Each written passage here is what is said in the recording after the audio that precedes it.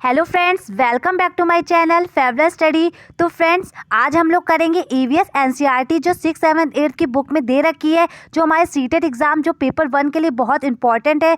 तो हम लोग एक ही वीडियो में क्या करेंगे, पूरी एनसीईआरटी कवर अप करेंगे, जिसमें 15 नंबर के आपने देखा होगा एनसीईआरटी आती है, तो आपके 15 से 15 नंबर पक्के होंगे। अगर इस वीडियो को आपने लास्ट तक जरूर देखा तो ये आपका फाइनल रिविजन है, तो इसको लास्ट तक जरूर देखिएगा। तो वीडियो को पहले ज़्यादा से ज़्यादा लोगों में शेयर कर दीजिए। ये आपकी एक मैराथन क्लास होने वाली है जिसमें मैंने पूरी एनसीईआरटी कवर अप की है, तो वीडियो को शेयर कर दीजिए और चैनल पे नए हो तो चैनल को सब्सक्राइब कर दीजिएगा।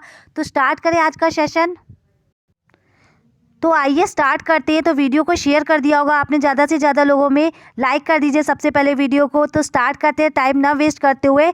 तो मैंने वही पॉइंट्स लिए हैं जो आपके एग्जाम पॉइंट ऑफ व्यू से इंपॉर्टेंट है। तो आइए देखते हैं जो क्लास 3 की बुक में क्या दे रखा है। चूहों में जो क्या होता है, देखने की क्षमता क्या होती है, कम होती है, लेकिन जो सूंघने, छूने और स्वाद वाली जो क्षमताएं होती हैं क्या होती है, बहुत ही तीव्र होती हैं। याद रखिएगा चूहों के बारे में। नेक्स्ट है लिंगोफेन, जो है वो कहाँ का पकवान है, हांगकांग का पकवान है, जो सांप की क्या मांस से बनाया जाता है। तो सांप के मांस से कौन सा बनाया जाता है, लिंगोफेन कहाँ का है, हांगकांग का। याद रखिएगा पिछली बार पेपर में आया था। गोवा में क्या होता है, लोग कैसे खाते हैं, तो गोवा में जो मछली होती है वो नारियल के तेल में बनाई जाती है। क्या होती है, मछली जो होती है वो नारियल के तेल में बनाई जाती है। याद रखिएगा टैपिकोआ जो केरल में ज़मीन के नीचे उगाया जाता है। तो टैपिकोआ कहाँ उगाया जाता है, तो केरल में ज़मीन के नीचे उगाया जाता है।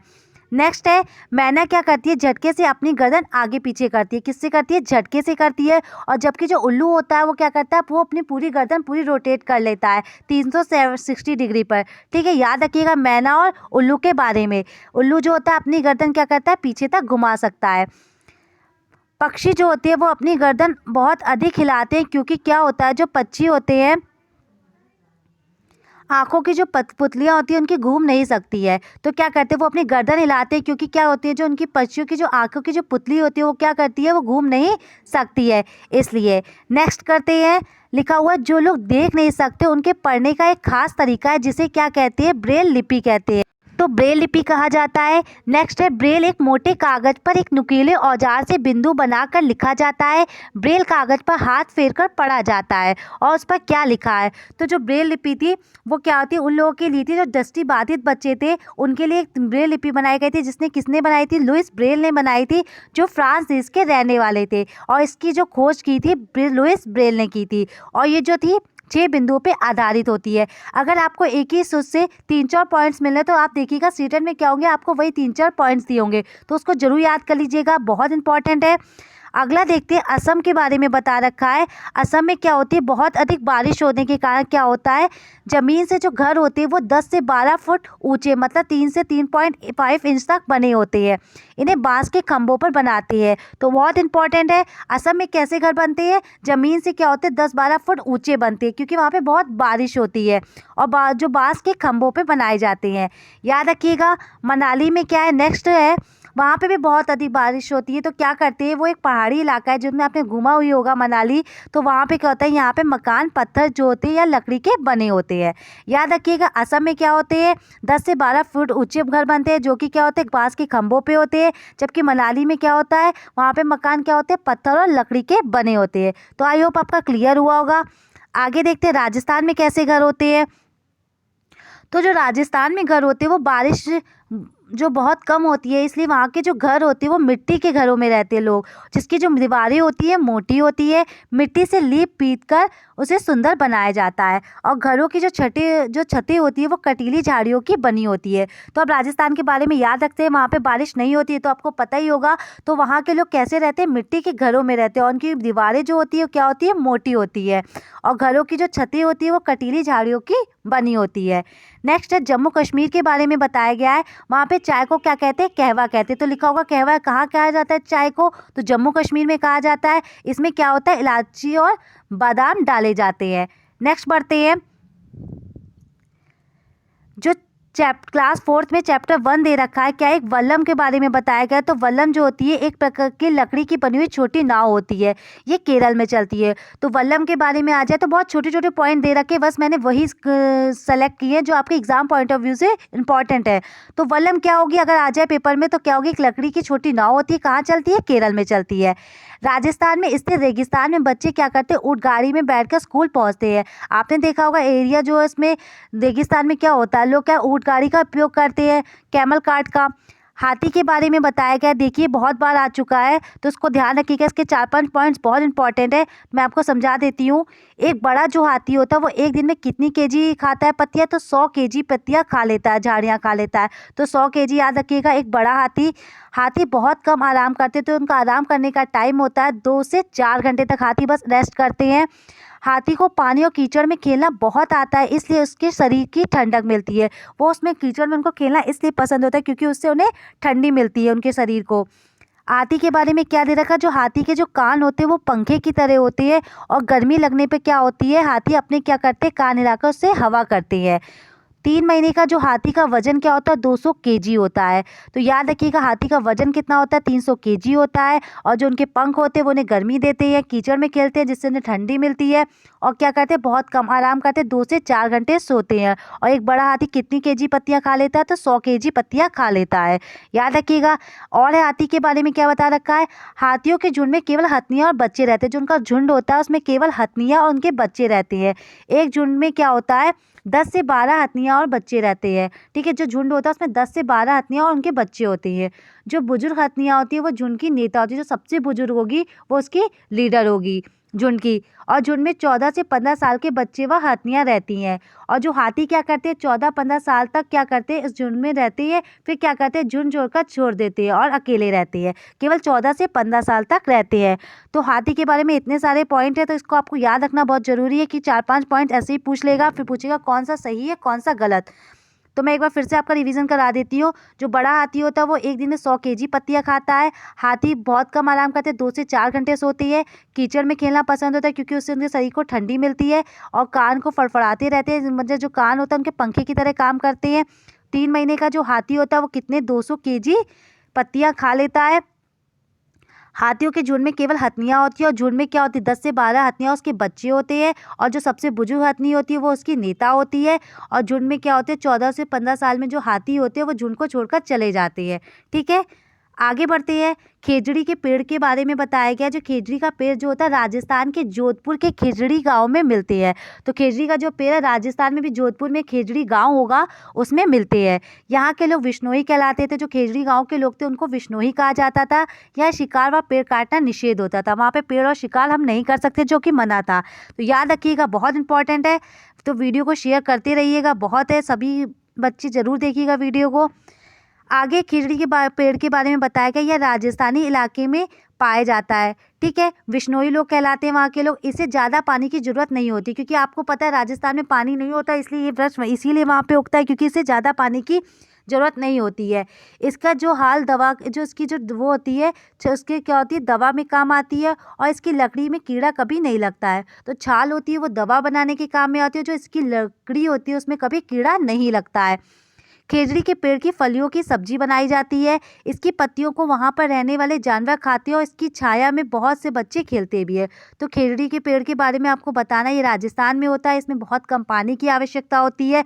और क्या होता है, इसकी जो छाल होती है इससे दवा बनाई जाती है, और लकड़ी क्या होती है इसमें कीड़ा नहीं लगता है। और जो इसके पेड़ की फलियाँ होती है इससे क्या होती है, सब्जियाँ बनाई जाती हैं। तो आपको क्लियर हुआ होगा।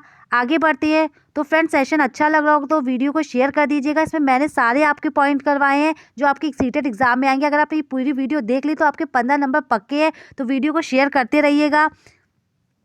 आगे बढ़ते हैं, टाइम ना वेस्ट करते हुए। लिखा हुआ है बोचहा गांव कहाँ था, वो बिहार में मुजफ्फर जिले में पड़ता है। तो ये छोटे छोटे ऐसे गांव दे रखे, इसके नाम आपको बहुत इंपॉर्टेंट है क्योंकि सीटर पूछ लेता है। तो बोचहा गांव में बिहार में मुजफ्फरपुर जिले में पड़ता है। इस इलाके में बहुत सारे क्या लीची के पेड़ है। तो वहाँ पे लीची के पेड़ के बारे में बताया गया है।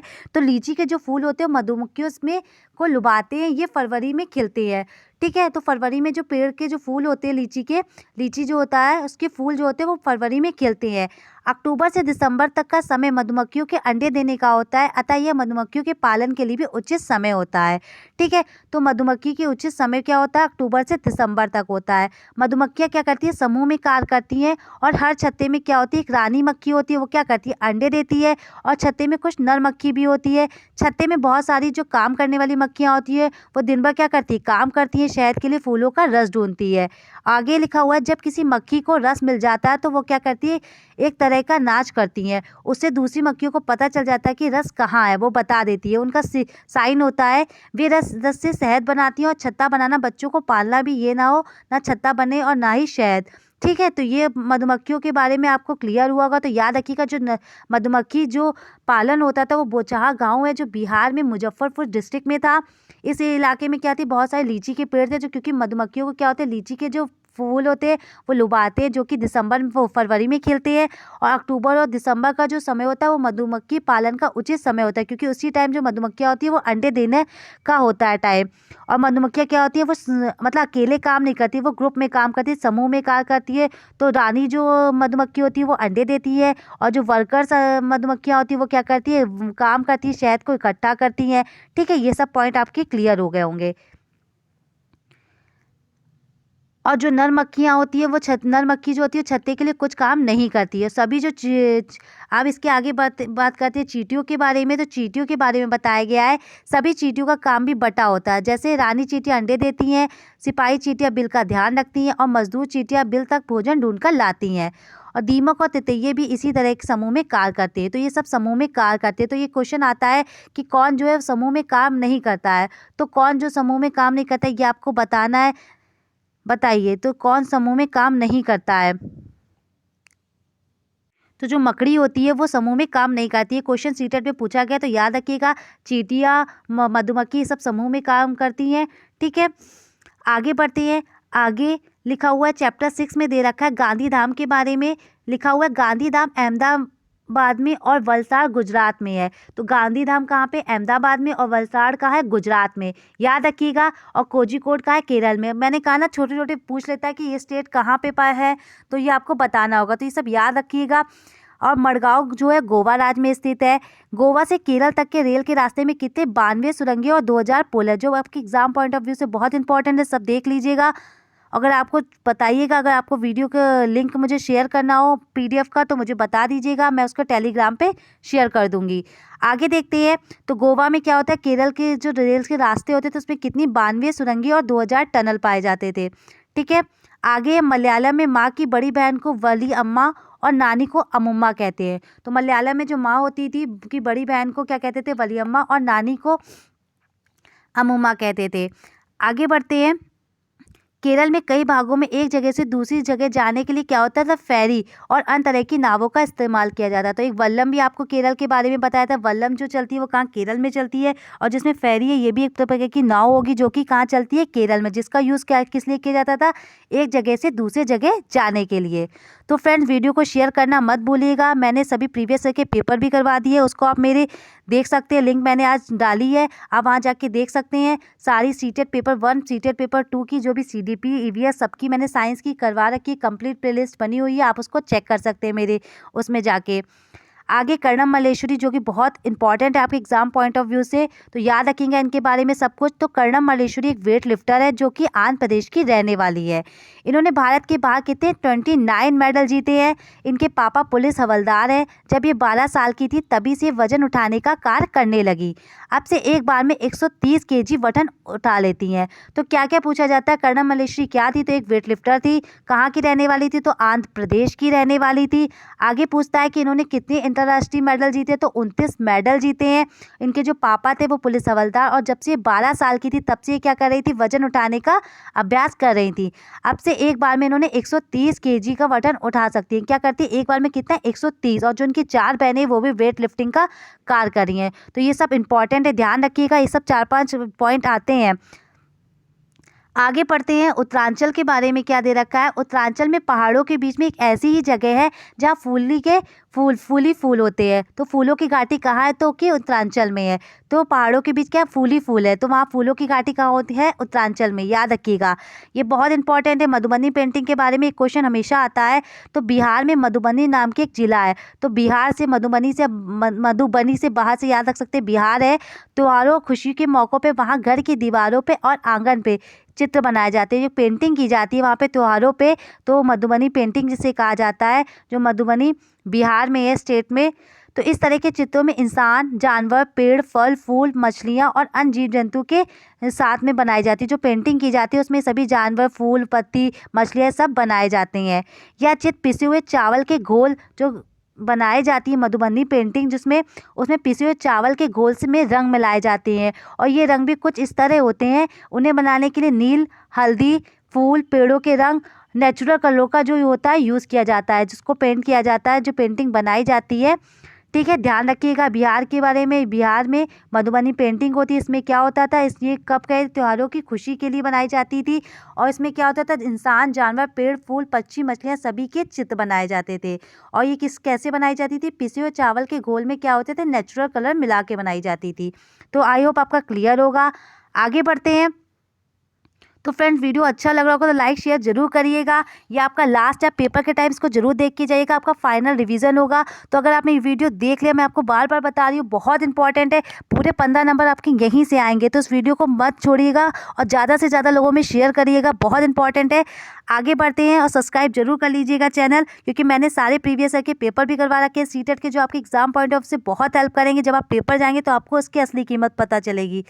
आगे बढ़ते हैं। उत्तर प्रदेश में देखिए क्या होता है, जो कचनार के फूल खाए जाते हैं उसकी सब्जी बनाई जाती है। और केरल में केले के फूल। उत्तर प्रदेश में क्या होता है, उत्तर प्रदेश में कचनार के फूलों से और केरल में केले के फूलों से, और महाराष्ट्र में सहजन के फूलों की सब्जी बनाई जाती है। तो ऐसे आपको 3-4 दे रखे होंगे, मिलान करने को आ जाता है। तो कहाँ किसके फूलों की सब्जी खाई जाती है? तो उत्तर प्रदेश में कचनार के फूल, केरल में केले के फूल, महाराष्ट्र में सहजन के फूलों की क्या होती है, सब्जियां बनाई जाती है। गुलदावरी और जीनिया के फूलों से क्या होता है, कपड़े रंगे जाती है, यानी कि इससे रंग बनते हैं। ठीक है, आगे बढ़ते हैं। ये बात क्लियर हुई होगी आप सबकी। आगे बढ़ते हैं। उत्तर प्रदेश के बारे में क्या बताया गया है। उत्तर प्रदेश में कन्नौज एक जिला है जो इत्र के लिए मशहूर है। किसके लिए? इत्र के लिए। कहाँ? कन्नौज जिला मशहूर है। इस इलाकों में ट्रकों से भरकर फूल लाए जाते हैं, फिर इसमें इत्र, गुलाब जल और केवड़ा मिलाकर तैयार किया जाता है। गुलाब जल और केवड़ा मिला के इत्र को तैयार किया जाता है, जो कि कन्नौज में है। यही आपको बस याद रखना है। आगे बढ़ते हैं। गाजी खान, जो कि स्थान कहाँ पे? पाकिस्तान में है। चैप्टर 12 में दे रखा है। अगर आप एनसीईआरटी पढ़ेंगे तो आपको पूरी एनसीईआरटी पढ़ने की कोई ज़रूरत नहीं है, क्योंकि मैंने सभी एक वीडियो में ले लिया। जो पॉइंट आपके सीटेट में आए हुए हैं आपको पता चलेगा जब एग्ज़ाम देखेंगे तो कितना इंपॉर्टेंट है सेशन। तो गाजी खान स्थान जो पाकिस्तान में है, सोना गांव हरियाणा में है, वेलवनिका गांव कर्नाटक में है। यह रखिएगा कौन सा जगह कहाँ पे, ये बहुत पूछता है सीटेट। तो आप याद रखिएगा जो गाजी खान है वो पाकिस्तान में है, सोना गांव कहाँ पड़ता है, हरियाणा में पड़ता है, वेलवनिका गांव कहाँ आता है, कर्नाटक में। ज़्यादा से ज़्यादा इसका रिवीजन करिएगा, जितनी जब आपके दिमाग में बातें बैठ जाएंगी तभी आप पेपर में कर पाएंगे। आगे बढ़ते हैं। गिजुभाई बधेका के बारे में क्या बताया गया है। गुजरात के रहने वाले थे। ये बच्चों के लिए मज़ेदार किस्से, कहानियाँ, पत्र लिखते थे। तो गिजुभाई जो बधेका वो कहाँ के? गुजरात के रहने वाले थे, और क्या बच्चों के लिए कहानियाँ और कविता लिखते थे। कलचड़ी क्या होती थी? आप पक्षियों के बारे में समझते हैं। कौन सा पक्षी कहाँ अपना घोंसला बनाता है? तो कलचड़ी को इंडियन रोबिन भी कहते हैं। पत्थरों के बीच घोंसला बनाती है। घोंसले जो होता है वो घास से बना होता है। क्या करती है? इसके ऊपर पौधों की नाजुक टहनी, जड़ें, ऊन, बाल, रुई सब बिछाया है। ठीक है, तो इंडियन रोबिन कहाँ बनाती है? पत्थरों के बीच में अपना घोंसला बनाती है। आगे बढ़ते हैं। कौवे के बारे में बताया गया है। कौवे के जो घोंसले होते हैं वो लोहे के तार से बनाए होते हैं। जो लोहे के तार से, कौवा जो होता है लोहे के तार से घोंसला बनाता है, और लकड़ी की शाखाएं, ठीक है, जैसे चीज़ें होती हैं। कौवा पेड़ की ऊंची डाल पर घोंसला बनाता है। तो कौवा जो होता है वो पेड़ की सबसे जो ऊंची डाल होती है उस पर बनाता है। कोयल जो होती है वो अपना घोंसला नहीं बनाती है, वह कौवे के घोंसले में अंडा दे देती है। क्योंकि कोयल के जो अंडे होते हैं उसमें कोई फ़र्क नहीं होता है, तो इसलिए कौवा जो होता है पहचान नहीं पाता कि कोयल के, कौवे के, और जो क्या होता है वो उसको अपने अंडे समझ के उसको पालता रहता है। तो कोयल भी कहाँ अपने अंडे देती है? कौवे के घोंसले में देती है। और जो कौवा है वो कैसे बनाता है? लोहे के तार और लकड़ी से बनाता है, अपने घोंसले बनाता है। ठीक है, क्लियर हुआ होगा। और जो पेड़ की जो सबसे ऊंची डाल होती है उस पर क्या होता है? घोंसला बनाता है कौवा। फाख्ता पक्षी है वो कैक्टस के कांटों के बीच या मेहंदी के मेड़ में घोंसला बनाता है। तो याद रखिएगा सब कौन कहाँ घोंसला बनाता है, एक क्वेश्चन इससे जरूर आएगा, एक दो क्वेश्चन इससे आएंगे, एक दो जानवरों से आएंगे। तो याद रखिएगा फाख्ता कैक्टस के कांटों के बीच और मेहंदी के मेड़ में घोंसला बनाता है। आगे बढ़ते हैं, गौरैया के बारे में बताया गया है। गौरैया कहीं भी घोंसला बना लेती है, जैसे अलमारी के ऊपर, आईने के पीछे। कबूतर भी ऐसे ही घोंसला बनाते हैं पुराने मकान या खंडरों में। ठीक है, गौरैया उसके बारे में आपको क्लियर हुआ होगा। बसंत कौरी जो गर्मियों में टुक टुक करती रहती है, पेड़ के तने में गहरा छेद बनाकर अंडे रखती है। तो बसंत कौरी कहाँ होती है, पेड़ के जो तने होती है उसके अंदर क्या रखती है, अपने अंडे रखती है, वहीं पर वो बच्चे देती है। और गौरैया कहीं भी बना लेती है, अलमारी के पीछे। ठीक है, तो याद रखिएगा, ये सब आपका क्लियर हो गया होगा। आगे बढ़ते, दर्जन चिड़िया क्या होती है, वो क्या होती है, अपनी नुकीली चोंच से पत्तों को क्या कर लेती है, सिल लेती है और बीच की जो बनी थैली होती है उसमें अंडे देने के लिए तैयार करती है। ठीक है, याद रखिएगा। शक्करखोरा जो था, शक्करखोरा क्या करता है, तो शक्करखोरा किसी भी छोटे पेड़ या झाड़ों की डाली पर अपना लटकता घोंसला बनाता है। तो जो लटकता हुआ घोंसला होता है वो किसका होता है, शक्करखोरा का होता है। घोंसला बाल, बारीक घास, पतली टहनियाँ, सूखे पत्ते, रुई, पेड़ की छाल आदि से बनाया जाता है। याद रखिए, इससे मकड़ी के जाले भी होते हैं, इसमें मकड़ी के जाले बहुत होते हैं। आगे बढ़ते, वीवर पक्षी है वो कहाँ बनाता है, तो वीवर पक्षियों में सभी नर वीवर जो होते हैं वो अपने अपने घोंसले बनाते हैं। तो नर जो वीवर होते हैं वो अपने घोंसले बनाते हैं और मादा जो होती है उन्हीं घोंसलों को देखती है और उसमें से जो अच्छा उसको सबसे लगता है वो उसी में अंडे दे देती है। तो ये बताए घोंसला नहीं बनाती है, लेकिन इनको जो नर वीवर जो बनाती है उसमें जो सबसे अच्छा लगता है उसी को वो क्या करती है, उसी में अपने अंडे दे देती हैं।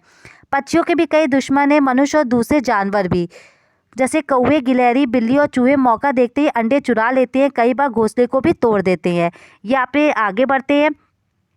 अब आगे जानवरों के बारे में देखते हैं क्या दे रखा है, जो कि हमारी एनसीईआरटी में बताया गया है। गाय के आगे के 2 दांत होते हैं वो छोटे होते हैं, पत्तों को काटने के लिए, घास चबाने के लिए, और पीछे के दांत क्या होते हैं, चपटे होते हैं। बिल्ली के बारे में जो बताया गया, इनके 2 दांत होते हैं नुकीले होते हैं, जो मांस फाड़ने और काटने के काम में आती है। सांप के बारे में, सांप के दांत होते तो नुकीले हैं पर वह अपने शिकार को क्या करता है, चबा कर नहीं खाता बल्कि पूरा निगल जाता है। तो याद रखिएगा, सब पॉइंट बहुत इंपॉर्टेंट है। गिलहरी के दांत क्या होते हैं, हमेशा बढ़ते रहते हैं, दांतों को काटने और कुतरने के कारण उनके दांत घिसते रहते हैं। ये पूछा गया था पिछली बार में, तो उस पर आप इंपॉर्टेंट लगा दीजिएगा, इस बार भी इंपॉर्टेंट है। आगे लिखा हुआ है, जो नोट करके लिखा हुआ बहुत बहुत इंपॉर्टेंट है, वेरी इंपॉर्टेंट है, आना है इस बार पेपर में बिल्कुल। कुछ पक्षी क्या होते हैं, हमारी तुलना में 4 गुनी अधिक दूरी देख लेते हैं। तो कौन कौन से होते हैं, चील, बाज और गिद्ध। अगर हम लोग 2 किलोमीटर तक दे रहे हैं तो क्या 8 किलोमीटर तक देख सकते हैं। तो इनकी जो तुलना होती है हमारे से 4 गुनी अधिक होती है। कौन कौन से होते हैं, चील, बाज और गिद्ध। याद रखिएगा, बहुत इंपॉर्टेंट है। आगे बढ़ते हैं। तो फ्रेंड्स, वीडियो अच्छा लग रहा हो तो शेयर करते रहिएगा, लाइक कर दीजिए वीडियो को, जिसने वीडियो को लाइक नहीं किया तो लाइक कर दीजिए, और जहाँ जहाँ वीडियो को शेयर कर दीजिए, बहुत इंपॉर्टेंट है, ज़्यादा से ज़्यादा लोगों में शेयर करिएगा। आगे बढ़ते हैं। आगे दे रखा है, नलमंडा जो है वो कहाँ पे, आंध्र प्रदेश में है। बाजार गांव कहाँ होता है, महाराष्ट्र में है। कप परेड का मुंबई में है। होलगुंडी गांव कर्नाटक में है। तो ये सब याद रखिएगा। आपको मैंने बताया ये बहुत आते हैं जिसमें बच्चे बहुत कंफ्यूज हो जाते हैं और गलत हमेशा ये ऑप्शन लगा के आते हैं। तो ये जगह के नाम याद रखिएगा, जो एनसीईआरटी में दिए वो तो आपको याद करने ही है, क्योंकि आपने देखा ये पेपर पिछली बार का कैसे आया था। आगे बढ़ते हैं। बरगद के पेड़ की जो लटकन होती है जिस पर बच्चे झूलते हैं, असल में इसकी जड़ें हैं वे टहनियों से निकलती है और बढ़ते बढ़ते ज़मीन के अंदर चली जाती हैं। ये मजबूत खंभों की तरह पेड़ को सहारा देती है। तो देखा आपने, जो बरगद की जो पेड़ होते हैं उसकी जो होती है वो लटकती रहती हैं। आगे रेगिस्तानी ओक, जो कि बहुत इंपॉर्टेंट है, ये पिछली बार भी शायद पेपर में आया था। तो रेगिस्तानी ओक के बारे में समझते हैं, कहाँ पाया जाता है, तो ये ऑस्ट्रेलिया में पाया जाता है। यह बहुत लंबा होता है, पत्तियाँ बहुत कम होती हैं, इसकी जड़ें ज़मीन में बहुत ही गहरी होती है, जब तक कि इसमें पानी तक ना पहुंच जाए। यह पानी के पेड़ के तने में जमा होता है, जो उसका पानी होता है वो पेड़ के तने में जम जाता है। जब कभी भी इस इलाके में पानी नहीं होता तो वहाँ के लोग इसके तने में क्या करते हैं, पाइप डाल के पानी को निकाल लेते हैं। तो ये जो रेगिस्तानी ओक होता है, ये आप ये मत सोचिएगा रेगिस्तान में पाया जाता है, ये ऑस्ट्रेलिया में पाया जाता है। और इसमें क्या होता है, इसकी जो जड़ें होती है वो बहुत गहरी होती है, इसी चक्कर में जो पानी होता है वो तने में जमा हो जाता है। जब वहाँ पर पानी की कमी हो जाती है तो क्या करते हैं लोग, उसके तने में क्या होते हैं, पतला पाइप डाल देते हैं और पानी को निकाल लेते हैं। तो क्लियर हुआ होगा। आगे बढ़ते हैं। बिहू त्योहार के बारे में, जो भी ये भी बहुत इंपॉर्टेंट है, आपने देखा ही होगा पेपर में बार बार पूछा गया है। तो बिहू त्योहार कहाँ है, असम में। मैंने कहा ना, मैंने वही पॉइंट लिए हैं जो आपके एग्जाम पॉइंट ऑफ से बहुत बुरी है। तो आपको बुक्स पढ़ने की कोई ज़रूरत नहीं है, सारे पॉइंट्स कवर किए गए जो आपके एग्जाम में आने वाले हैं। तो असम में चावल की फसल कटने पर मनाया जाता है। जब चावल की फसल कटती है असम में तो कौन सा त्यौहार मनाता है? बिहू, जिसे बिहू नृत्य भी कहते हैं। बिहू से पिछले दिन की शाम को उरुका कहते हैं। जो बिहू से जो पिछले दिन की शाम होती है उसे क्या बोलते हैं? उरुका कहते हैं। ये भी याद रखिएगा। बोरा और चेवा चावलों दो प्रकार के हैं जो पकने के बाद चिपचिपे हो जाते हैं। इसे असम में ही खाया जाता है। ये बात हो गई क्लियर। आगे बढ़ते हैं। मुक्तापुर गांव जो कि लिखा हुआ है आंध्र प्रदेश की, कहाँ है? पोचमपल्ली जिले में। तो पोचमपल्ली जिला कहाँ है ये पूछा जा सकता है, तो ये आंध्र प्रदेश में है। यहाँ पे लोग क्या करते हैं? पोचमपल्ली जिले में जो परिवार होते हैं मोस्टली बुनकर होते हैं। यहाँ पे बुनकर को पोचमपल्ली नाम से पहचाना भी जाता है। जो यहाँ की बुनाई होती है उसे किस नाम से पहचाना जाता है? पोचमपल्ली नाम से पहचाना जाता है। तो फ्रेंड्स, वीडियोस आपको अच्छी लग रही है तो कमेंट बॉक्स में ज़रूर बताइएगा लास्ट में। तो आगे पढ़ते हैं। मलयालम में जो चाचा होते हैं उसको क्या बोलते हैं? चिटपन, और चाची को कुजम्मा कहते हैं।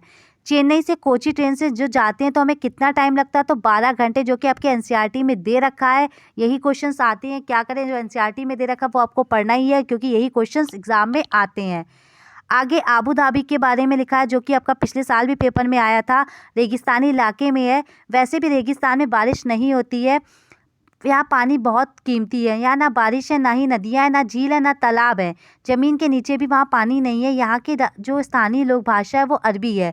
और आबू धाबी जो रुपए की जो करेंसी है, मतलब वो है क्या है? दिरहम है। क्या है? दिरहम है। तो ठीक है, आबू धाबी देश रेगिस्तानी इलाके में है। तो ये रेगिस्तान में इस जो ये रेगिस्तान है इसमें बारिश नहीं होती है। ठीक है, और जो इसकी करेंसी है उसको क्या? दिरहम कहते हैं। इसकी भाषा अरबी है।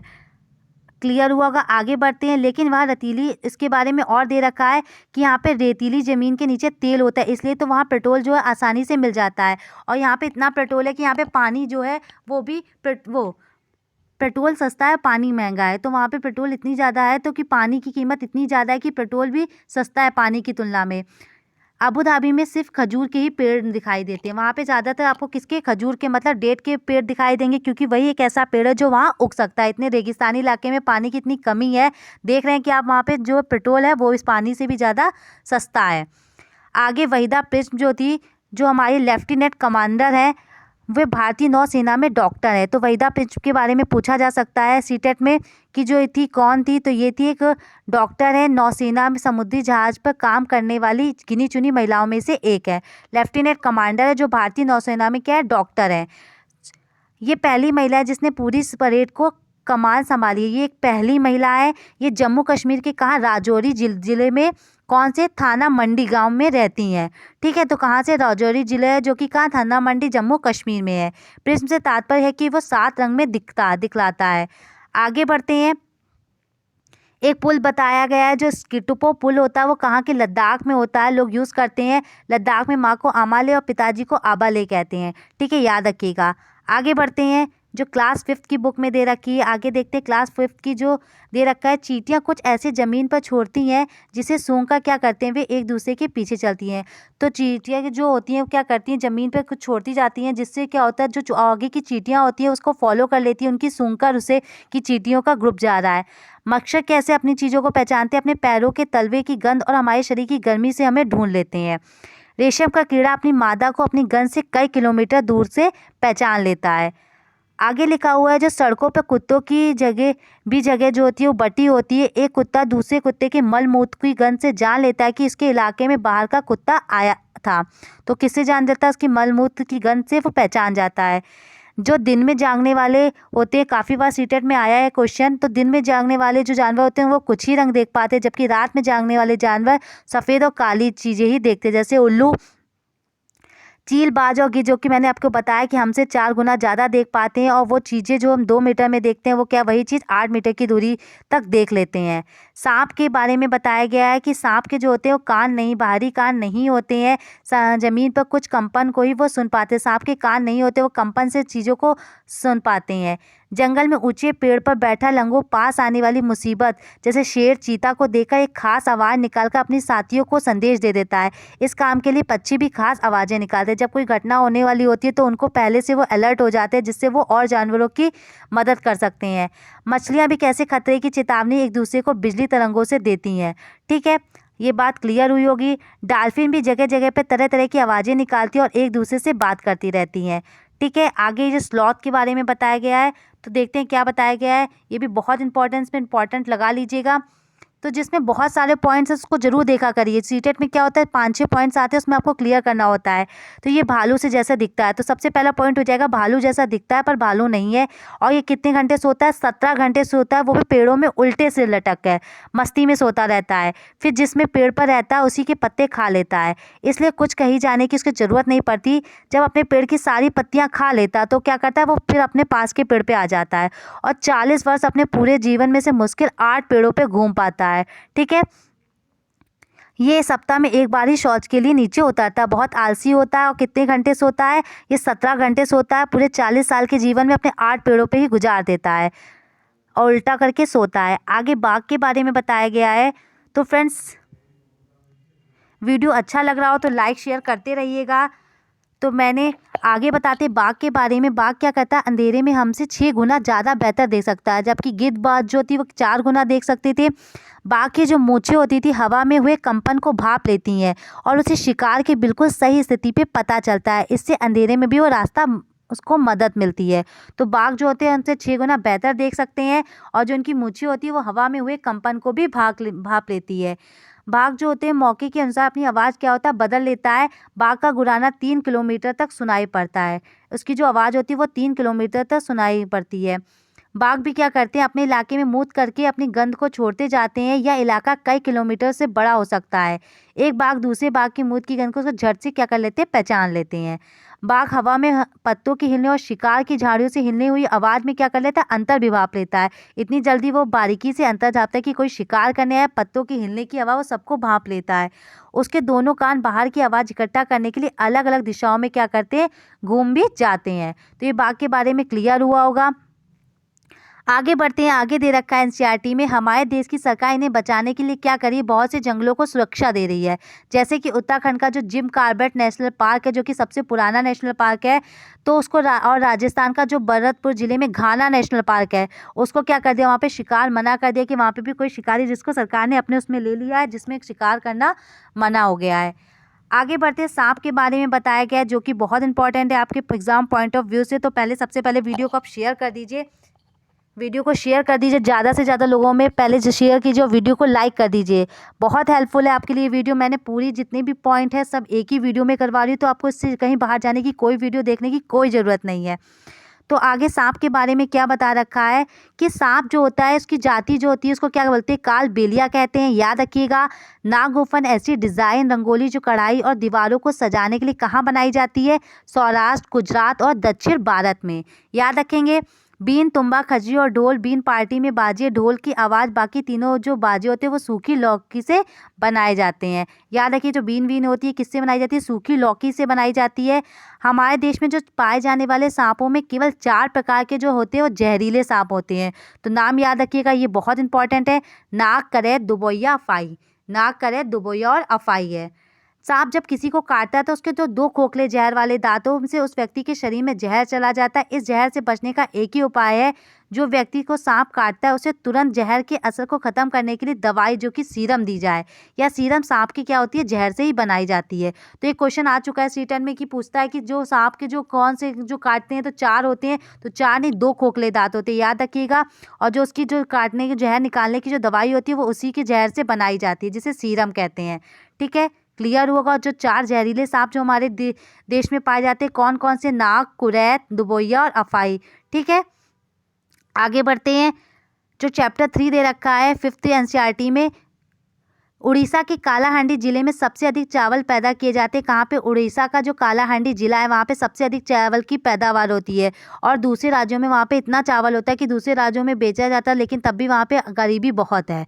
इतना चावल पैदा होता है लेकिन वहाँ पे तब भी गरीबी बहुत है, जो कि कहाँ पे, उड़ीसा के कालाहांडी जिले में। आगे बढ़ते हैं। अन्नपूरम गाँव जो कहाँ है, वो आंध्र प्रदेश में स्थित है। यहाँ पे मामिड़ी तांडा, मतलब जिसमें आम पापड़ बनाए जाते हैं, 4 हफ्तों में बनते हैं। पुणे से कोलकाता तक की रेलगाड़ी में जाने के लिए कितना टाइम लगता है, जो कि आपके एनसीईआरटी में गिवन दिया है, 2 दिन लगते हैं। तो ये सब छोटे छोटे पॉइंट्स आपको याद रखने हैं। नेफेथिन्स के बारे में आया था, जिसमें बच्चों को बहुत पिछली बार एक प्रॉब्लम हो गई थी, जिसको मैं आपको क्लियर कर देती हूँ। तो पहले पढ़ लेते हैं। या पौधा कीड़े मकोड़े और छोटे जीवों का शिकार करता है। ऐसे जो कहाँ पाया जाता है? ऑस्ट्रेलिया, इंडोनेशिया और भारत के मेघालय में। याद रखिएगा कहाँ कहाँ नेफेथिन्स का होता है? ऑस्ट्रेलिया, इंडोनेशिया और भारत के मेघालय में। ये क्या करता है? पौधे, कीड़े मकोड़े और छोटे जीवों का शिकार, जैसे मेढक हो गया, इनका शिकार कर लेता है।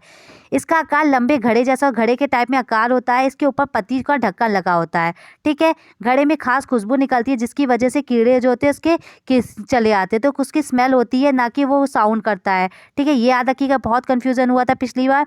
पौधे के ऊपर पहुंचते ही कीड़े अंदर फंस जाते हैं और क्या करता है, और बाहर नहीं निकल पाते। वो जो उसका ऊपर जो ढक्कन होता है वो बंद हो जाता है, जिससे जो कीड़े होते हैं वो उसकी खुशबू से आ जाते हैं, तो उसमें फंस जाते हैं। कहाँ पाया जाता है? ऑस्ट्रेलिया, इंडोनेशिया और भारत में मेघालय में पाया जाता है। ठीक है, अब आपका क्लियर होगा। आई होप आपकी कोई अब गलती नहीं होगी। आगे बढ़ते हैं। स्विट्जरलैंड के जॉर्ज मेस्टल ने 1948 में वेल्क्रो बनाया। क्या बनाया? वेल्क्रो बनाया गया 1948 में, जॉर्ज मेस्टल ने बनाया। वेल्क्रो से दोनों सतह चिपक जाती है और खुलने पर चरचर की आवाज़ आती है। यह बस्ते, कपड़े, जूते, पट्टे आदि पर लगाई जाती है। किस पे? जैसे आपने देखा होगा जूते की शूज पहनते तो उसमें लगाई जाती है, तो उसको क्या वेल्क्रो बोलते हैं, जिसने जॉर्ज मेस्टल ने 1948 में बताया। पौधे स्वयं अपने बीजों को दूर छिटक देती हैं, जैसे सोयाबीन की फलियां पककर सूख जाती है और वह छिटक कर बिखरने लगती है। अब आगे बढ़ते, कौन सी चीज़ कहाँ से आई है, तो ये बहुत इंपॉर्टेंट है, पूछा जाता है। मिर्ची जो है वो कहाँ से आई है, तो ये पुर्तगाल देश के व्यापारी जो थे वो दक्षिण अमेरिका से भारत लाए थे। कहाँ से? पुर्तगाल के जो व्यापारी थे वो दक्षिण अमेरिका से लाए थे। तो मिर्ची कहाँ से आई थी? तो दक्षिण अमेरिका से आई थी। भिंडी जो थी अफ्रीका से आई थी।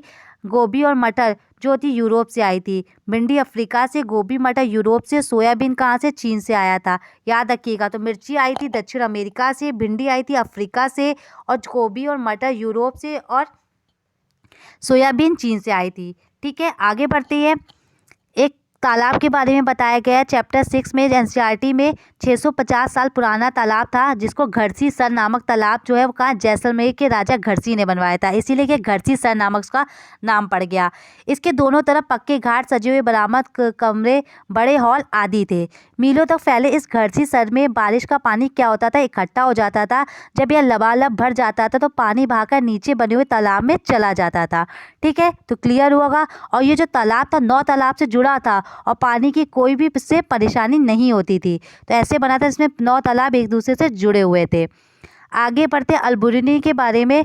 इन्होंने बताया था कि जो 1000 से भी ज़्यादा साल पहले ये भारत आए थे, तो ये उज्बेकिस्तान से आए थे। कहाँ से आए थे? तो ये पूछा जाता है, उज्बेकिस्तान से आए थे। अल-बुरुनी ने बहुत ही बारीकी से चीज़ों और जगहों को देखा। उन्होंने लिखा, अगर हमारे देश के लोग इन्हें देखेंगे तो हैरानी रह जाएंगे। यहाँ लोग तालाब बनाने में माहिर थे। बहुत बड़े बड़े भारी पत्थरों के, लोहे के टुकड़ों और सरियों को जोड़कर तालाब के चारों तरफ प्रबुद्ध बनाए गए थे। तो उन्होंने बहुत तारीफ की थी। जब वो उज्बेकिस्तान से बहुत साल पहले आए थे तो उन्होंने बताया कि यहाँ पे लोग जो तालाब बनाने में माहिर थे। तो ये बहुत इंपॉर्टेंट है। आगे बढ़ते बावड़ी के बारे में। सीढ़ियाँ जो होती ज़मीन के नीचे कई मंजिल तक जाती हैं ताकि पानी ऊपर खींचने के बजाय लोग खुद पानी तक पहुंच सकते थे। सीढ़ियाँ बनाई जाती थी जिसमें लोग क्या पानी तक खुद पहुंच सके, जो कि सीढ़ीदार कुआं भी कहलाता था, जो कि जोधपुर और आसपास के इलाकों में सूखा पड़ा होता तब बनाया गया था 1986 में। ठीक है, क्लियर हुआ होगा। आपको कोई परेशानी तो इसमें अब नहीं होगी मुझे लगता है। आगे बढ़ते, इंपॉर्टेंट है। तो फ्रेंड्स, उससे पहले वीडियो को शेयर कर दीजिएगा। बहुत कम लोग वीडियो को देख रहे हैं तो वीडियो को शेयर कर दीजिएगा। सब देखिएगा, आप जब देखेंगे बहुत इंपॉर्टेंट है, तो वीडियो बहुत आपके लिए हेल्पफुल होने वाला है। 15 नंबर आपके यहीं से आएंगे, तो आप इसके 15 नंबर पक्के कर सकते हैं। तो वीडियो को अपने दोस्तों के साथ शेयर करिएगा। मृत सागर के बारे में पढ़ते हैं। तो मृत सागर दुनिया का क्या है? सबसे नमकीन सागर है। तो पूछा जाता है दुनिया का सबसे नमकीन सागर जो कि मृत सागर है, जिसमें लगभग 1 लीटर पानी में कितने 300 ग्राम नमक होता है। तो पूछा जाएगा कितना होता है, तो 300 ग्राम होता है। ये आपको क्वांटिटी याद रखिए, वीडियो को बार बार देखिएगा तभी आपको याद होगा।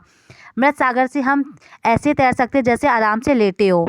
सन 1930 में भारत में अंग्रेजों ने आम लोगों को नमक बनाने पर रोक लगाई थी। गांधी जी का कहना था जो चीज़ हमें कुदरत ने दे दी है उसे बनाने का बंदिश कैसी। ठीक है, आगे बढ़ते दांडी यात्रा के बारे में बताया गया है, जो कि गांधी जी ने लोगों के साथ मिलकर कहाँ से? अहमदाबाद से दांडी के समुद्र तक एक लंबी यात्रा की और एक गलत कानून को तोड़ दिया। आगे चैप्टर 8 में बताया गया मलेरिया के बारे में। मलेरिया मादा मच्छर जो एनाफिलिस से फैलता है। सिनकोना पेड़ की छाल से मलेरिया की क्या होती है? दवाई बनाई जाती है। किससे फैला जाता है? मादा मच्छर जो एनाफिलिस होती है, जो मलेरिया फैलता है उसकी कौन सी दवाई बनाई जाती है? सिनकोना पेड़ की छाल से मलेरिया की दवाई बनाई जाती है। अनीमिया क्या होता है? इसमें आरबीसी की कमी हो जाती है, शारीरिक और दिमागी तंदुरुस्ती पर असर पड़ता है। यह रोग हीमोग्लोबिन या आयरन की कमी से होता है। इसमें लोग क्या सलाह देते हैं? गुड़, आंवला और हरी पत्तेदार सब्जियां जरूर खानी चाहिए, जिससे अनीमिया में कमी हो सकती है। आगे लिखा हुआ मच्छर के बारे में। मच्छर में लिखा हुआ है कि मच्छर पानी में अंडे देते हैं, उन्हीं से पतले पतले छोटे छोटे भूरे रंग के कीड़े निकलते हैं, इन्हें लाखे कहते हैं। तो क्या कहते हैं? लाखे कहते हैं। रोनाल्ड रॉस थे, उन्होंने क्या बताया था कि मलेरिया जो है मच्छर से फैलता है। यह भारतीय मूल के थे। रोनाल्ड रॉस ने 1902 में चिकित्सा के क्षेत्र में क्या कहा था? नोबेल पुरस्कार पाया था। 1950 में मरते हुए भी वो कह रहे थे कि कुछ ढूंढ लूँगा, नया ढूंढ लूँगा, ये उन्होंने कहा था। आगे बढ़ते हैं। आगे मिजोरम में मिजो भाषा बोली जाती है। लिखा हुआ है पहाड़ से उतरने के लिए पर्वतारोही रैपलिंग कहते हैं। जो जो पहाड़ से उतरने वाले पर्वतारोही को क्या कहते हैं? रैपलिंग, जो कि बहुत इंपॉर्टेंट है सीटेट एग्जाम के व्यू से, याद रखिएगा। स्लिंग एक तरह का हुक होता था जो नदी पर मोटे रस्सी में डाला जाता था, और पिटॉन उन खोटों में कहते थे जो दोनों किनारों पर बंधे होते थे। आगे बढ़ते हैं बछेंद्री पाल के बारे में, जो कि हमारे एनसीईआरटी में गिवन है। लिखा हुआ है गहरवाल के नाकुरी गांव की रहने वाली थी। 12 वर्ष की उम्र में ही 4000 मीटर ऊंची पहाड़ी की चोटी पर चढ़ गई थी। नेहरू इंस्टीट्यूट ऑफ माउंटेनियरिंग से इन्होंने पहाड़ चढ़ने में ट्रेनिंग ली। उन्होंने गाइड करने वाले थे ब्रिगेडियर ज्ञान सिंह। तो उनको किसने गाइड किया था? ब्रिगेडियर ज्ञान सिंह ने। 23 मई 1984 को दिन में 1:07 पर, तो ये टाइम याद रखिएगा, बहुत इंपॉर्टेंट है। 23 मई 1984 को दिन में 1:07 पर 8900 मीटर, जो कि उसकी ऊंचाई दे रखी है एनसीईआरटी में, माउंट एवरेस्ट, जो कि नेपाली में इसका क्या नाम है? सागर माथा कहते हैं, तो उस पर कदम रखा था। और कितने घंटे वहाँ पे रुकी थी? करीब 43 मिनट तक वो माउंट एवरेस्ट की चोटी पर रही। वहाँ पे उन्होंने अपना झंडा फहराया। बछेंद्री पाल भारत की पहली और संसार की कौन सी 5वीं महिला बनी जिन्होंने एवरेस्ट पे कदम रखा? आगे जो 10वां दे रखा गोलकुंडा के बारे में बताया गया। गोला जो कुंडा जो किले में सन 1518-1628 तक कुतुबुद्दीन शाही जो सुल्तान थे उन्होंने राज किया। यह हैदराबाद में स्थित है। उसमें भी पहले सन 1200 से यह किला मिट्टी का बना था और यहाँ दूसरी राजाओं का राज था। ठीक है। और जो कांसा होता है किससे बना होता है? तांबा और टिन से बना होता है। याद रखिएगा गोलाकुंडा की जो तोपें थी जो कांसे की बनी होती थी, इसीलिए। और कांसा किससे बनता था? तांबे और टिन से बनता था। आगे एनसीईआरटी में गिवन है औरंगजेब के बारे में। बादशाह को पूरी फौज बंदूकों और तोपों के साथ यहाँ पे हमला करने आई थी, पर यह किले में घुस नहीं पाई और पूरी सेना 8 महीने तक बाहर ही बैठी रही। आगे सुल्तान अबुल हसन जो थे गाना बजाना और कुचिपुड़ी नृत्य के शौकीन थे, उसके बारे में बताया गया। मल्लापुरम जो जिला है वो कहाँ है? केरल में। आगे बढ़ते हैं। किताब दे रखी है how we found the earth in round by ice. तो ये बताया गया कि सर्दियों में अलग अलग संस्कृतियों में इंसानों ने पृथ्वी के बारे में क्या क्या सोचा, इसके बारे में बता रखा है। नील आर्मस्ट्रांग के बारे में समझते हैं, जो चांद पर उतरने वाले पहले व्यक्ति थे। चांद पर कब गए? 1969 में। और वो कब गई थी? 1884 में गई थी।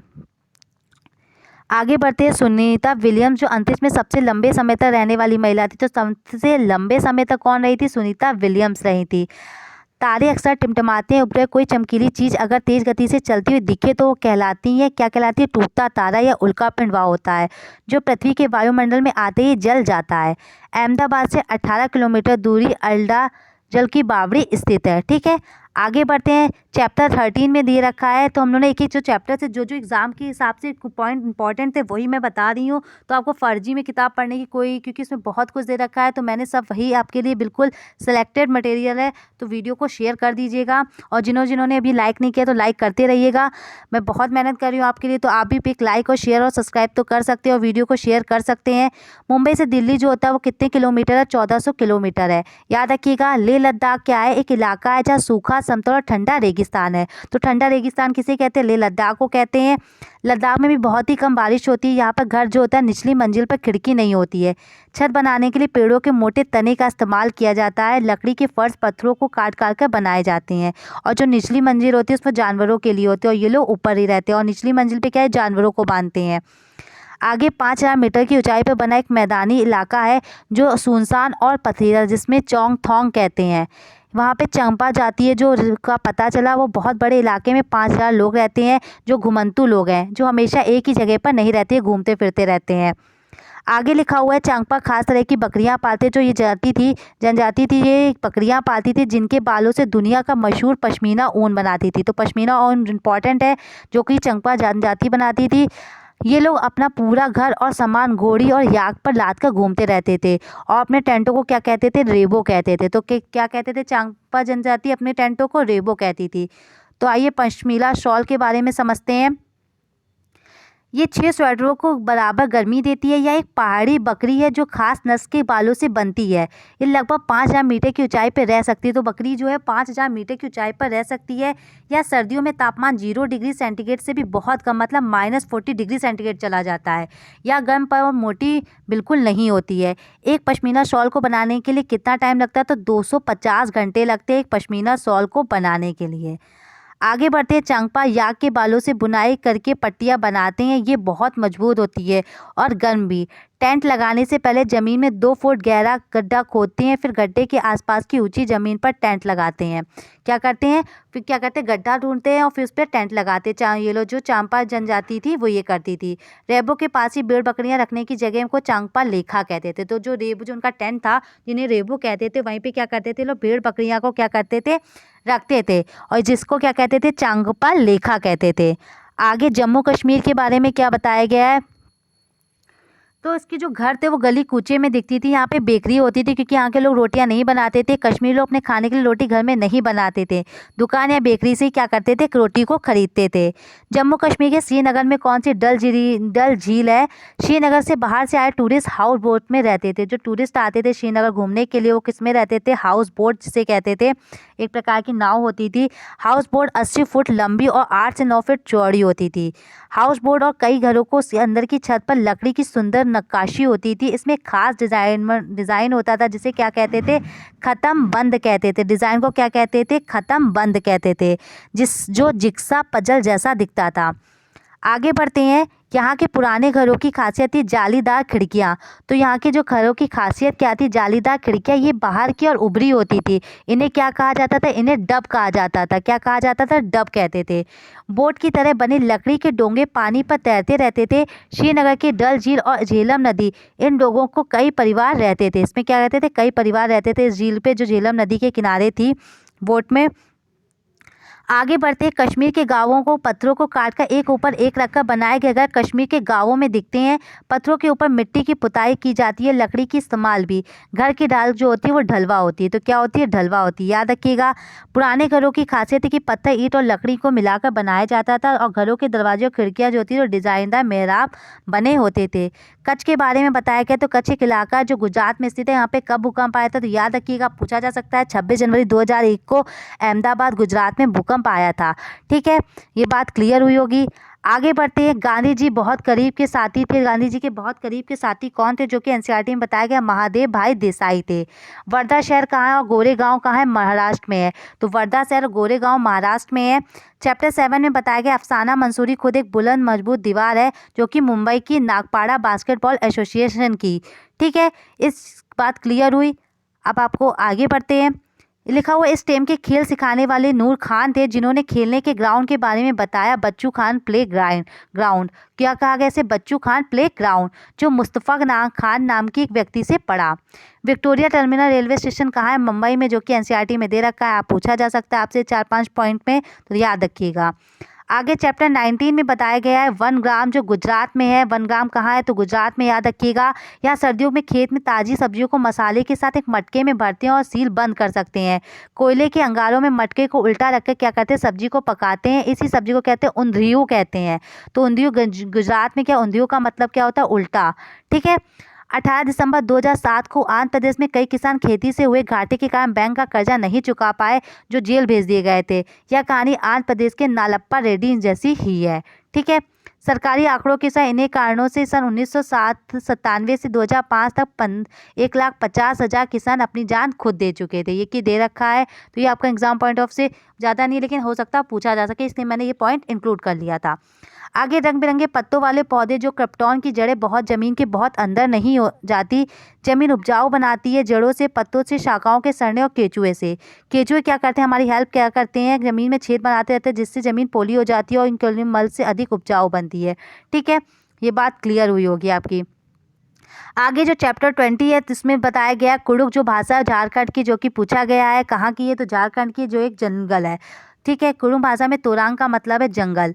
जंगल अधिकार कानून से भी क्वेश्चन आया है, जो कि आपने देखा होगा। यह कानून आदिवासियों को जंगल पर उनका हक दिलाता है। जो लोग कम से कम 25 साल तक जो जंगल में रह चुके हैं, वहाँ के जंगल और वहाँ पैदा होने वाली चीज़ों पर उनका हक है, उन्हें वहाँ से कोई नहीं हटा सकता, ना हटाया जाए। जंगल बचाने का काम भी उनकी ग्राम सभा करे। तो कौन करेगी? ग्राम सभा करेगी, अगर वो 25 साल तक वहाँ रह सके हैं, जंगल में रह रहे हैं। यह अधिकार कानून कौन सा? 2007 में आया था, जंगल अधिकार कानून। ठीक है, क्लियर हुआ होगा ये चीज़ आपकी। आगे बढ़ते हैं मिजोरम के बारे में। मिजोरम में खेतों की लॉटरी निकाली जाती थी। ज़मीन को साझा मानकर सब लोग बारी बारी से उस ज़मीन पर खेती करने का मौका मिलता था। ठीक है, आगे ये क्लियर होगा। ये एक टिन ज़मीन के बारे में पूछा गया, तो क्या कैसे कहते हैं? एक टिन बीज पर हम जितनी ज़मीन बोते हैं, एक टिन बीज हम जितनी ज़मीन में बो देंगे वो क्या कहलाएगी? एक टिन ज़मीन बोलते हैं। मतलब एक टिन बीज है, वो हम जितनी ज़मीन में बो देंगे तो क्या कहलाएगी? एक टिन ज़मीन कहलाएगी। झूम खेती के बारे में बहुत इंपॉर्टेंट, तो ध्यान रखिएगा, एक एक पॉइंट को समझ लीजिएगा। बच्चे बार बार पढ़ते हैं, इसको क्लियर नहीं होता है तो देख लीजिए। एक फसल कटने के बाद ज़मीन को कुछ साल तक क्या करते हैं? खाली छोड़ देते हैं। तो उसमें क्या होता है? जो फसल कट जाती है उसको कुछ साल तक ऐसे ही खाली छोड़ देते हैं, इस पर खेती नहीं करते हैं। इस जगह जो बांस या जंगल उग जाता है उसे उखाड़ते नहीं है, मतलब उखाड़ते नहीं, बस गिरा कर जला देते हैं। उखाड़ा उखाड़ा कुछ नहीं जाता, क्या करते हैं? गिरा कर जला देते हैं। जो उसमें बांस या जो भी घास फूस आ जाती है या राख ज़मीन में क्या करती है? खाद का काम, फर्टाइल करती है ज़मीन को। ठीक है, खाद का काम करती है। जो घास फूस होती है इसको जला दिया जाता है गिरा के। आगे लिखा हुआ मिजोरम में फसल पकने पर चेराव नाच होता है। तो चेराव नाच आया था पिछली बार, कहाँ? मिजोरम में होता है। चेराव नाच में जमीन पर बांस की डंडी लेकर दो दो लोगों की जोड़ी आमने सामने बैठती है, ढोल की ताल पर डंडियों से जमीन पर पीटते हैं। डंडियों के पीछे लोग एक कतार पर खड़े होकर कूदते और नाचते रहते हैं। आगे इंपॉर्टेंट है, मिजोरम में 3/4 लोग क्या करते हैं? जंगलों में ही रहते हैं। तो फ्रेंड्स, वीडियो अच्छा लग रहा हो तो लाइक वाइक करते रहिएगा। मैंने आपको बताया बहुत मेहनत लग रही है इस वीडियो को, तो इसको शेयर करना मत भूलिएगा। और चैनल पे नए हो तो सब्सक्राइब करते रहिएगा। अगर कुछ भी आपको डाउट हो तो कमेंट बॉक्स में मुझसे पूछ सकते हैं। लास्ट टाइम में आपके लिए रिवीजन के लिए इससे अच्छी कोई वीडियो नहीं हो सकती, इसलिए इस वीडियो को ज़्यादा से ज़्यादा लोगों में शेयर करिए। लाइक शेयर सब्सक्राइब करते रहिएगा। आगे बढ़ते हैं ऑस्ट्रिया के बारे में। जो मेंडल जी थे, उन्होंने सन 1882 में हुआ था उनका जन्म। इन्होंने क्या किया था? खोज की थी मटर के पौधों पे। उन्होंने क्या कि कुछ ऐसे गुण हैं जोड़ियों में आते हैं, जैसे बीज का चिकनायन, खुरदरापन होना, पीला या हरा होना। पर चिकने बीज वाले और खुरदरे बीज वाले पौधों के जो बच्चे भी यानी अगली पीढ़ी के पौधों में बीज या चिकने हो सकते हैं कि ठीक है, खुरदरे होते। ऐसा नहीं होता कि बीज थोड़ा चिकना और थोड़ा खुरदरा बन जाए। इसी तरह रंग और गुण से अगली पीढ़ी के पौधों में बीज या तो पीले होते या हरे, पीला या हरा गुण मिलकर कई रंग बीज नहीं बनाते, नए रंग का बीज नहीं बनाते। फिर क्या हुआ? मेंडल ने बताया कि मटर की अगली पीढ़ी में पौधा ज़्यादा पीले बीज वाले ही होंगे, इसलिए उन्होंने बताया कि अगली पीढ़ी में चिकने बीज ज़्यादा होंगे। पोलियो के बारे में, पोलियो आ जाए तो पोलियो जो है जीवाणु से फैलने वाला रोग है, यह जन्मजात नहीं है, ये एक वायरस है। तो याद रखिएगा, जो कि जन्मजात नहीं है। ठीक है, ये गलत है, तो ये जन्मजात नहीं है, वंशानुगत नहीं है। ठीक है, आनुवंशिक नहीं है। पूरन पोली जो होती है क्या होती है? एक चने की दाल की मीठी रोटियां जिसे कहते हैं। तो क्या होती है? चने की दाल की मीठी रोटी होती है पूरन पोली जिसे कहा जाता है। जिन जानवरों के बाहरी कान व शरीर पे बाल होते हैं वो क्या करते हैं? बच्चे देते हैं। जिनके बाल होंगे, बाहरी कान होंगे, वो क्या करेंगे? बच्चे देंगे। जिनके जानवरों के बाहरी कान व शरीर पर बाल नहीं होते वो क्या करते हैं? अंडे देते हैं। तो याद रखिएगा, आया हुआ है सीटेट में। कांसा, जो कि मैं अभी बता चुकी हूँ, तांबा और टिन से 2 धातु से बना होता है। खाना पकाने के तरीके क्या होते हैं? सेक कर, तन कर, भून कर। पहले क्या किया जाता है? उसका क्रम क्या है? पहले सेकेंगे, फिर तलेंगे, फिर क्या करेंगे? भूनेंगे। सेक कर, तल कर और भून कर। सेकेंगे पहले खाने को, तलेंगे, देन भुनेंगे। आगे बढ़ते हैं। असम में बताया गया, असम में बहुत अधिक बारिश होती है, कभी कभी तो चारों तक घुटनों तक पानी भर जाता है। फिर भी वहाँ के बच्चे स्कूल जाने के लिए नहीं डरते। एक हाथ में किताबें उठाते हैं और दूसरे हाथ में बांस को पकड़ते हैं और जल्दी जल्दी बांस और रस्सी का बना हुआ पुल पार कर लेते हैं। तो बांस से बने घर होते हैं क्योंकि वहाँ पे लोग यूज़ करते हैं, क्योंकि वहाँ पानी इतना बहता है, और इसलिए वहाँ पे जो घर होते हैं वो 10 से 15 फीट ऊंचे बनाए जाते हैं। लद्दाख में बच्चे स्कूल जाने के लिए रोज़ नदी पार करते हैं। चौड़ी और जो गहरी नदी होती है, जो मजबूत लोहे की रस्सी और दोनों तरफ से भारी पत्थरों और पेड़ों से कसकर बंधी होती है, जिसे ट्रॉली कहते हैं। तो ट्रॉली का यूज़ कहाँ होता है? लद्दाख में होता है। तो क्लियर हुआ होगा आपका। मैदानी इलाकों में लोग कैसे जाते हैं? गांव के बच्चे क्या करते हैं? बैलगाड़ी पर बैठकर हरे भरे खेतों से निकलते हुए स्कूल पहुंचते हैं। गुजरात में जुगाड़ नामक गाड़ी होती है। जुगाड़ टाइप में गाड़ी बनाई गई जो कि गुजरात में चलती है या अन्य काम में भी मोटर बाइक की तरह दिखाई देती है, और चाहे अब हर जगह भी दिखने लगी है। पहले इसमें जो इसका एनसीईआरटी में बताया गया वो जुगाड़ नाम बताया गया जो कि गुजरात में है। ठीक है। उत्तर की पहाड़ियों पे बच्चे स्कूल मीलों फैली बर्फ पर चलकर हाथ पकड़ पकड़ बर्फ पर पैर जमाते हुए ध्यान से चलते, ताजी बर्फ में पैर धंस जाते हैं, बर्फ जमी हुई होती है, फिसल भी सकते हैं। उत्तरांचल में लोग कैसे जाते हैं? पहाड़ी इलाके में रहते हैं और बच्चे ऊपर खाबर पथरीले रास्ते में स्कूली मैदानी शहरों पे मुश्किल से लगते हैं। ठीक है। आगे बताया गया है पॉइंट, राजस्थान में 300 साल बाद भी यहाँ के लोग जो विश्नोई कहलाते हैं और पेड़ों और जानवरों की क्या करते हैं? रक्षा करते हैं। गुलाब जल और ग्लिसरीन बराबर मात्रा में मिलाकर शीशी में भर लो, इससे क्या होगा? कुछ बूंदे नींबू की डालो, इसके इस्तेमाल से सर्दी से क्या होगी? त्वचा नहीं फटेगी। एनसीईआरटी में गिवन है तो हमें पढ़ना है, क्योंकि इंपॉर्टेंट आ सकता है। पेपर में जो नहीं आया वो भी इंपॉर्टेंट है, जो आया वो भी इंपॉर्टेंट है, तो हमें सभी पॉइंट क्लियर करने हैं, जिससे आपके 15 के 15 नंबर यहीं कवर अप हो। मैंने आपको बार बार बताया कि वीडियो आपके लिए बहुत अच्छी होगी, ऐसी वीडियो आपको कहीं नहीं मिलने वाली, तो उसको लाइक शेयर सब्सक्राइब करते रहिएगा। गोबर को मिट्टी से मिलाने, मिट्टी में क्या होता है? कीड़ा नहीं लगता है। मिट्टी में गोबर मिला दिया जाता है, उसमें कीड़े नहीं लगते हैं। लकड़ी के जो फट्टे जोड़ जोड़ कर एक फ्रेम बनाया जाता है, जिसे चारों दीवारों पर टिका दिया जाता है। लकड़ी को दीमक ना लग जाए, इसके लिए नीम और कीकर की लकड़ियों को एक फ्रेम बिछा दी जाए। इस पर पुरानी बोरियां इस पर बिछाकर मिट्टी का लेप कर दिया जाता है। सोना गांव, जो कि मैंने बताया हरियाणा में, अधिकतर घर बनाने वाले आसपास आसानी से मिलने वाली चीज़ें इस्तेमाल हुई हैं। उल्टी या दस्त लगे तो एक गिलास पानी उबालकर ठंडा करो, उसमें एक छोटा चम्मच शक्कर घोलो और चुटकी भर नमक डालो, ये कि एनसीईआरटी में बताया है। भीमाशंकर के बारे में इंपॉर्टेंट आ सकता है। जो बच्चों की पंचायत थी, जो कहाँ की? कर्नाटक के होलगुंडी गांव में भीमाशंकर थी। ठीक है। बिहू त्योहार, जो कि मैंने आपको असम में बताया है। ताओ का जो होता है बेलाघर, जो बांस और घास से बना हुआ घर होता था, जिसके चारों गीत गाते हुए सब खूब नाचते थे। आबू धाबी में गर्मी की वजह से लोग ढीले ढाले सूती कपड़े पहनते थे और पूरा जो शरीर और सिर भी ढककर रखते थे, इतनी गर्मी पड़ती थी वहाँ पे। वहीदा पे, जो कि मैंने बताया कि जम्मू कश्मीर में कॉलेज में जो उन्होंने दाखिला लिया था, ये एक वो नौसेना में डॉक्टर थी, जिसके बारे में मैं आपको बता चुकी हूँ। और इसके बारे में ये चीज़ जान लीजिए, परेड में क्या होती थी? इसमें पीछे 4 टुकड़ियाँ रहती थी। पूरी परेड में 36 निर्देश देने होते थे और निर्देश की आवाज़ अब सभी तक पहुँचे, ऐसे उनको निर्देश देने पड़ते थे। पक्षी फलों में उगने वाले कीड़ों और उसको खा लेते हैं, इसलिए पक्षियों के बारे में ध्यान रखने वाली बात है। बज्जू गाँव राजस्थान में, जो गर्मियों में पानी की किल्लत, टाँका क्या होता था? आंगन में गड्ढा बना लेते, उसे पक्का कर लेते और जो क्या करते हैं? टाँके को ढककर उसे बंद कर देते। ठीक है। आगे बढ़ते हैं। पक्षी क्या होता है? एक ही समय में, बहुत इंपॉर्टेंट है, इसको ध्यान से समझिएगा।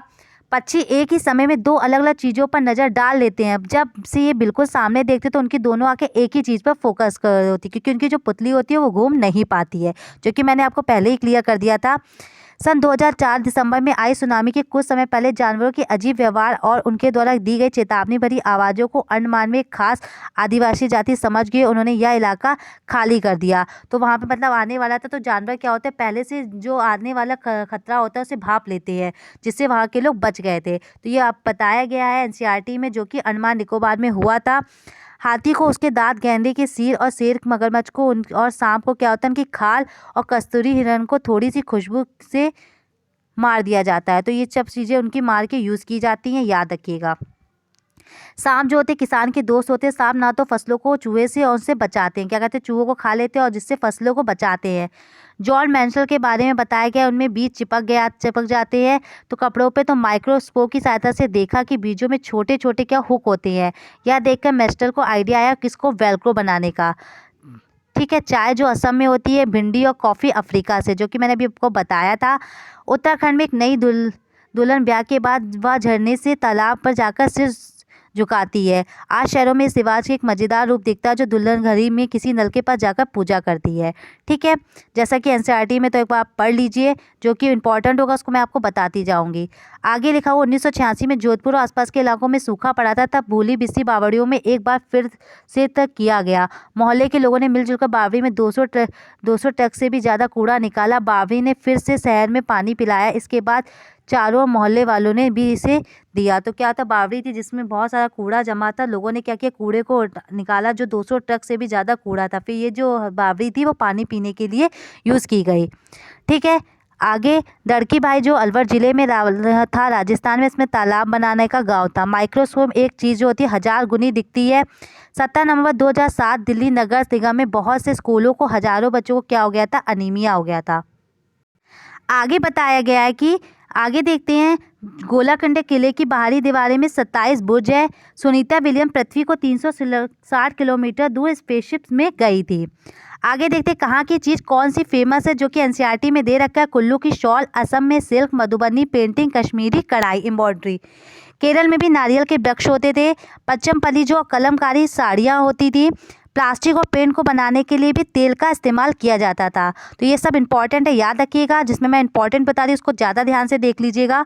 लेह लद्दाख सफ़ेद पत्थर के सुंदर मजबूत घरों को देखा। झूले झूले को स्वागत करते थे बच्चों में कहा जाता था। पत्थरों को काट कर क्या किया जाता था, एक के ऊपर एक रखकर बनाया जाता था। उसमें मिट्टी और चूने की पुताई की जाती, जो कि लद्दाख में की जाती थी। अंदर से घर छप्पर जैसा और घास नीचे मंजिल, जानवरों के रहने की जगह की भी जरूरत का सामान। सर्दियों के समय परिवार नीचे रहता था और नीचे कोई खिड़की नहीं थी। वैसे परिवार ऊपर ही मंजिल पर रहता था। छत को मजबूत बनाने के लिए पेड़ के तने बनाए जाते थे, जो कि मैं अभी आपको बता चुकी हूँ। चांगपा की भाषा में चोंगथांग का मतलब ऐसी जगह जहाँ पे बहुत कम लोग दिखाई देते हैं। ठीक है, याद रखिएगा, अच्छा पॉइंट है। जिससे किसका मतलब क्या होता था, जहाँ पे बहुत कम लोग दिखाई पड़ते थे। ऊंचाई पर जाने के लिखा हुआ है, हवा ऊंचाई पर जाने से हवा और ऑक्सीजन की मात्रा कम हो जाती है। ठीक है, ऊंचाई पर जाते तो हमारी हवा और उसकी ऑक्सीजन की मात्रा कम हो जाती है।